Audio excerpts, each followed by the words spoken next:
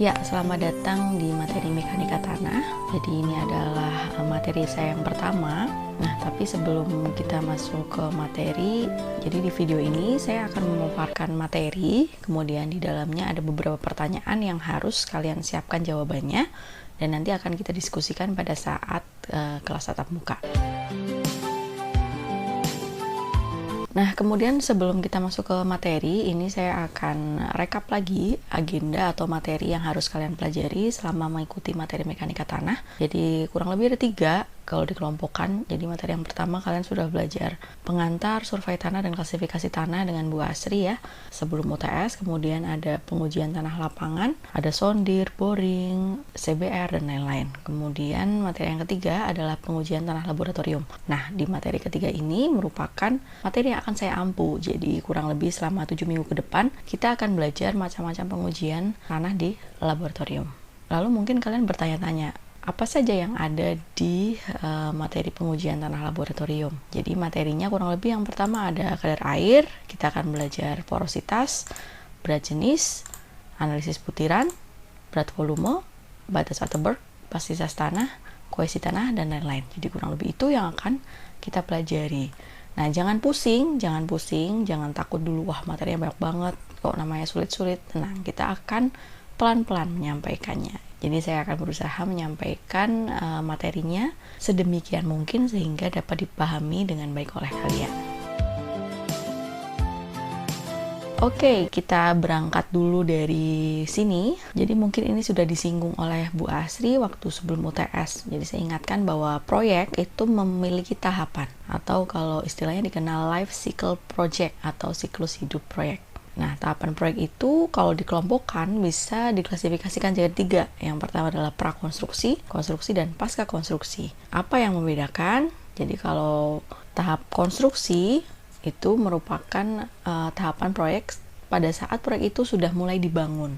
Jadi mungkin kalian sudah atau sering melihat dalam kehidupan sehari-hari ada pelaksanaan suatu proyek. Nah, itulah tahap konstruksi. Nah, ternyata sebelum proyek itu mulai dibangun ada satu tahapan yang harus dia lalui, yaitu tahap prakonstruksi atau tahap persiapan, atau biasa dikenal sebagai tahap perencanaan. Jadi kalau pasca konstruksi adalah tahapan setelah suatu konstruksi selesai dibangun.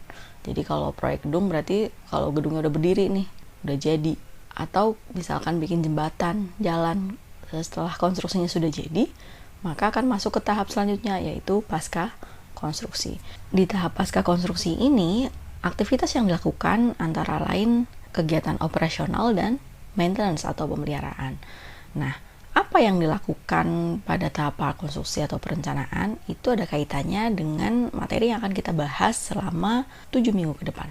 Ya, jadi kalian sudah tahu tadi ada kurang lebih 3 tahapan proyek: perencanaan atau prakonstruksi, kemudian konstruksi, dan pasca konstruksi. Nah, kemudian ini ada pihak-pihak yang terlibat dalam sebuah proyek. Jadi di proyek itu ada yang namanya konsultan perencana, ada yang namanya owner atau pemilik pekerjaan, kemudian ada kontraktor atau pelaksana sebuah pekerjaan, dan berikutnya adalah konsultan pengawas atau supervisi, yaitu pihak yang mengawasi kinerja dari kontraktor selama melaksanakan sebuah proyek. Nah, pihak-pihak tadi dari konsultan perencana sampai pengawas akan terlibat dalam stage yang berbeda, tergantung dari tugas dan fungsinya masing-masing. Jadi jika kita mengacu pada jenis kontrak tradisional, maka pada tahap prakonstruksi yang terlibat adalah konsultan perencana. Kemudian di konstruksi, karena sudah mulai melaksanakan pekerjaan, maka yang terlibat adalah kontraktor dan supervisi atau pengawas. Begitu pula dengan pasca konstruksi, selama masa pemeliharaan, maka yang terlibat adalah kontraktor.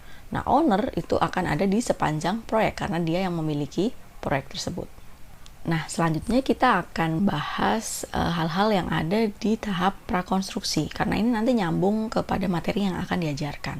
Jadi kalau boleh dikelompokkan, maka kegiatan pada tahap prakonstruksi itu ada 4. Jadi yang pertama persiapan, kemudian pekerjaan pengukuran, penyelidikan tanah, dan perencanaan teknis. Nah, posisinya si mekanika tanah itu ada di penyelidikan tanah. Nah, nanti hasil dari kita melakukan uji penyelidikan tanah akan dijadikan sebagai salah satu dasar pada saat kita melakukan perencanaan teknis, seperti gambarnya seperti apa, kemudian analisis strukturnya seperti apa, sampai akhirnya kita menghitung berapa kebutuhan RAB dari suatu konstruksi tersebut. Nah, penyelidikan tanah itu kurang lebih dibedakan jadi dua. Yang pertama adalah uji tanah lapangan dan uji tanah laboratorium. Pertanyaan pertama, kira-kira apa yang membedakan uji tanah lapangan dan uji tanah laboratorium? Jadi urutannya dari penyelidikan tanah lapangan, kita dapat sampel tanahnya, kemudian kita bawa ke lab, kemudian kita uji sesuai dengan kriteria pengujian yang akan kita lakukan. Kita butuhnya apa? Kita mau cari tahu apanya? Kadar air. Berarti kita lakukan uji kadar air gitu. Sehingga sebelum kita membahas macam-macam uji tanah laboratorium, kita akan mengawali dulu materi ini dengan sampel tanah. Jadi kalian masih ingat tadi saya sebutkan bahwa awalannya atau urutannya itu penyelidikan tanah lapangan dulu. Dari situ kita dapat sampel tanahnya. Dari sampel tanah kita bawa ke lab, kemudian kita uji sesuai dengan yang kita butuhkan. Gitu ya, bisa dimengerti? Pertanyaan kedua, kira-kira uji tanah apa yang dapat sekaligus digunakan untuk mengambil sampel tanah? Jadi kalian kan sudah belajar macam-macam pengujian tanah dengan Bu Asri ya. Kira-kira uji apa di lapangan yang bisa sekaligus digunakan untuk mengambil sampel tanah? Kemudian kita masuk ke materi pengambilan sampel tanah. Jadi kalau dapat dibedakan, maka sampel tanah itu dapat dibedakan jadi dua. Yang pertama adalah disturbed soil sampling, dan yang kedua adalah undisturbed soil sampling. Dari namanya, kalian bisa menyimpulkan bahwa disturbed soil sampling berarti sampel tanah terganggu. Undisturbed berarti sampel tanah tidak terganggu. Untuk tahu bedanya, kita lihat gambar berikut. Nah, ini jenis sampel tanah. Untuk yang sebelah kiri, ini adalah disturbed sampling. Nah, kalau yang ini undisturbed soil sampling. Kalian bisa simpulkan. Kira-kira apa bedanya? Ya, kemudian yang pertama, disturbed soil sampling itu kita dapat memperoleh dari hasil pengujian tanah lapangan. Nah, kemudian yang kedua, setelah kita dapat sampelnya, kita masukkan ke plastik, diberi label, dan disimpan di tempat yang sejuk. Itu adalah disturbed soil sampling.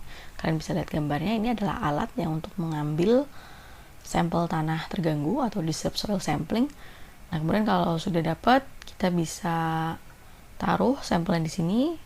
Kemudian untuk dibawa ke lab, kita dapat masukkan ke plastik dan diberi label. Itu adalah disturbed soil sampling. Nah, kemudian undisturbed soil sampling. Pada pengambilan sampel tanah tidak terganggu, itu teknik yang digunakan berbeda dengan disturbed soil sampling. Jadi kalau di undisturbed ini, kita menggunakan tabung yang disesuaikan dengan jenis tanah yang akan kita ambil. Jadi apakah itu tanahnya keras, lunak, atau tanah yang sangat lunak gitu. Jadi disesuaikan dengan jenis tanahnya. Kemudian ini ada beberapa persyaratan yang harus dipenuhi pada saat kita akan mengambil sampel tanah tidak terganggu.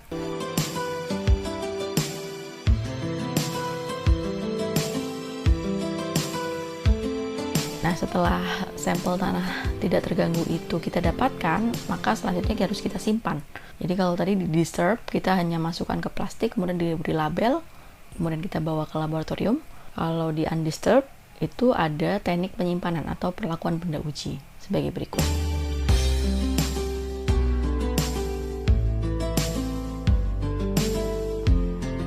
Nah, ini adalah gambar untuk alat yang digunakan pada saat kita mengambil sampel tanah tidak terganggu. Nah, kemudian pertanyaan berikutnya, setelah kalian mengetahui gambaran tadi proses pengambilan sampel baik disturbed sampling dan undisturbed sampling, kemudian apa perbedaannya menurut kalian? Apa perbedaan disturbed soil sampling dan undisturbed soil sampling? Jadi kita sudah melakukan penyelidikan tanah di sini, kita sudah ambil sampel, kita bawa ke lab, kemudian sudah kita lakukan uji sesuai dengan macam-macam pengujian yang kita butuhkan. Nah, selanjutnya akan dijadikan sebagai perencanaan teknis. Tadi sudah saya singgung di awal, output dari perencanaan teknis itu bisa gambar, perhitungan struktur, dan perhitungan RAB atau rencana anggaran biaya dari suatu konstruksi tersebut.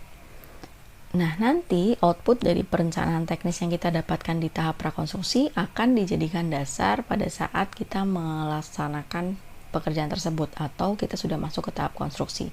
Nah, setelah bangunannya jadi, nanti kita akan masuk ke tahap pasca konstruksi atau operasional dan maintenance atau pemeliharaan.